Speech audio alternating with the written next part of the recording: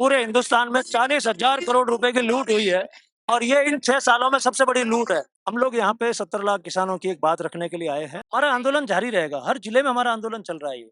और जो फसल कटाई का प्रयोग होता है उसके अंदर प्रॉपर तरीके से आंकड़े नहीं भरे जाते हैं, वो गलत भर रहे हैं। नमस्कार, आप देख रहे हैं पंजाब केसरी राजस्थान और मैं हूं आपके साथ इशिका जैन। राजस्थान की राजधानी जयपुर में शहीद स्मारक पर एक बार फिर से बड़ी तादाद में लोग धरना प्रदर्शन के लिए बैठ गए हैं।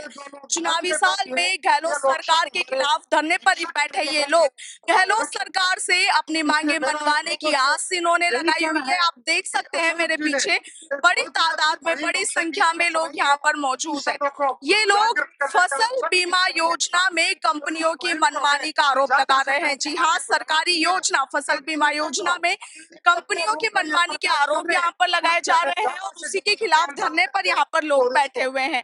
डॉक्टर अशोक चौधरी हमारे साथ है, चलिए उनसे बात करते हैं कि क्या कुछ सर आपकी मांगे हैं।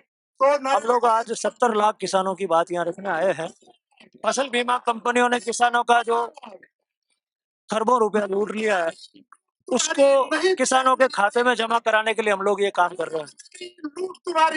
और अभी तक पूरे हिंदुस्तान में 40,000 करोड़ रुपए की लूट हुई है और ये इन 6 सालों में सबसे बड़ी लूट है। इतना बड़ा घोटाला कहीं नहीं हुआ जिसमें केवल प्रीमियम लिया जाता है और क्लेम नहीं दिया जाता है। इसलिए हम इकट्ठे हुए हैं। पिछले 2 साल में हमने इन कंपनियों से छीन के किसानों को खूब पैसा दिलवाया। आज यहाँ इसीलिए धन्यवाद देंगे। सभी लोग यही रहेंगे।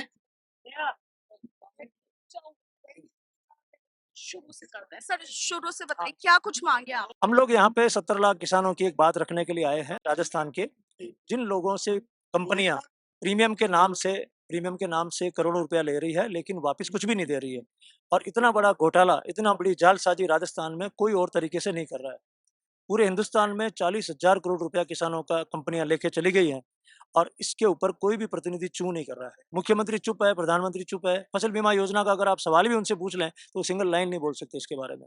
तो इतना बड़ा ये घोटाला है जिसका पर्दाफाश कर रहे हैं हम लोग और यहाँ इसीलिए धरने पर आए। आपने इतनी बड़ी आरोप लगाए हैं कि फसल बीमा योजना में यहाँ पर घोटाला हो रहा है, इतने बड़े आरोप भी आपने लगाए हैं, क्या आधार है इसका। हमारे पास सारे आंकड़े हैं, हमारे पास आंकड़े हैं और उस आंकड़ों के आधार पर हम लोग ये बात कर रहे हैं।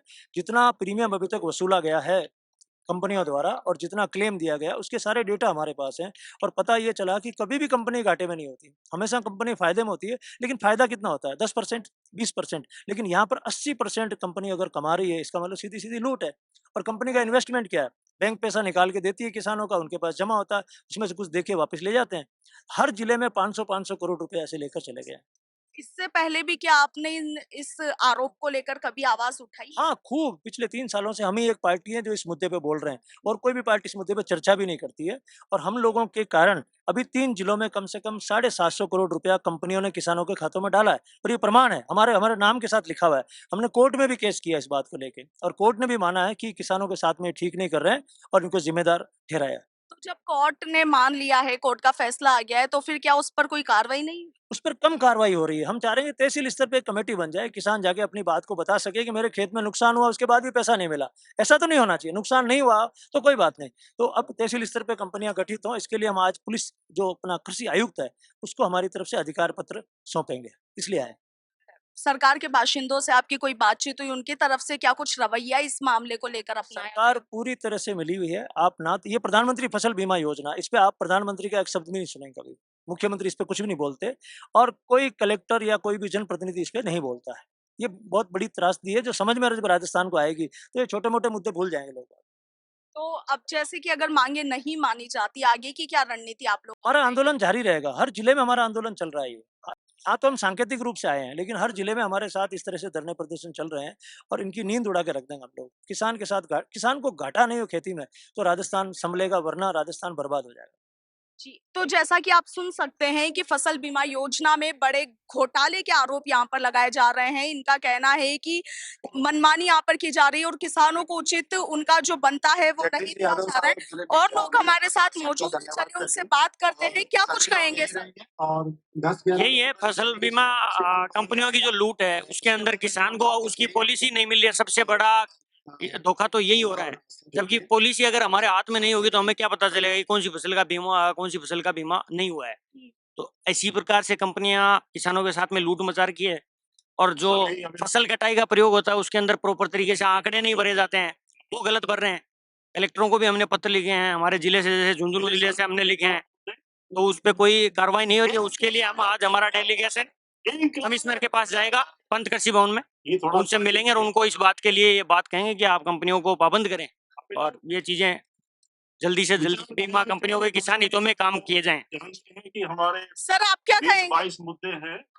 फसल बीमा कंपनियों में जो शोषण हो रहा है किसानों का, वो उसके लिए हम लड़ाई लड़ रहे हैं और अभी कृषि आयुक्त को जाके देंगे।